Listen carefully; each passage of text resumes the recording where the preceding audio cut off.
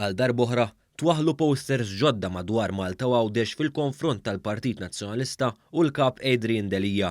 Posters bil-messaġġ Delija jibża mit-tesserati.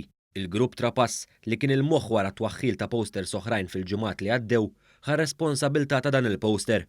Fost il-ħafna lokalitajiet madwar il-pajjiż dawn twaħħlu wkoll mad-dawra tad-Dar Ċentrali fil-Pjetà. Ir-rapport ta' dan is-sit tal-Knisja Newsbook li dan l-aħħar qed ikun minn tal-ewwel li jmexxi l-aġenda ta' Simon Busuttil sabiex jattakka l-klikka ta' Adrian Delija.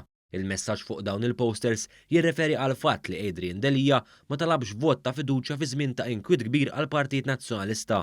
Inkwiet li ħass volta għall-ar wara t-telfiet tal-Partit Nazzjonalista fl-elezzjonijiet tal-Kunsilli Lokali u l-Parlament Ewropew. Ta' min jinnota kif l-istess posters segwew lil dawk ta' qabilhom bil-kliem in-nazzjon tagħna u fil-qiegħ tiegħu il-kliem Stamperija Indipendenza.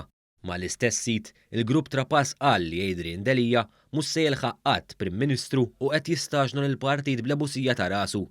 Apparti f'Tal-Pjetà, il-posters twaħħlu mal-każin tal-Partit Nazzjonalista f'Ħattart, f'Ħalbalzano f'Ħallija u f'Għawdex fis-Sannat, fir-Rabat u mar-roundabout tal-Imġar.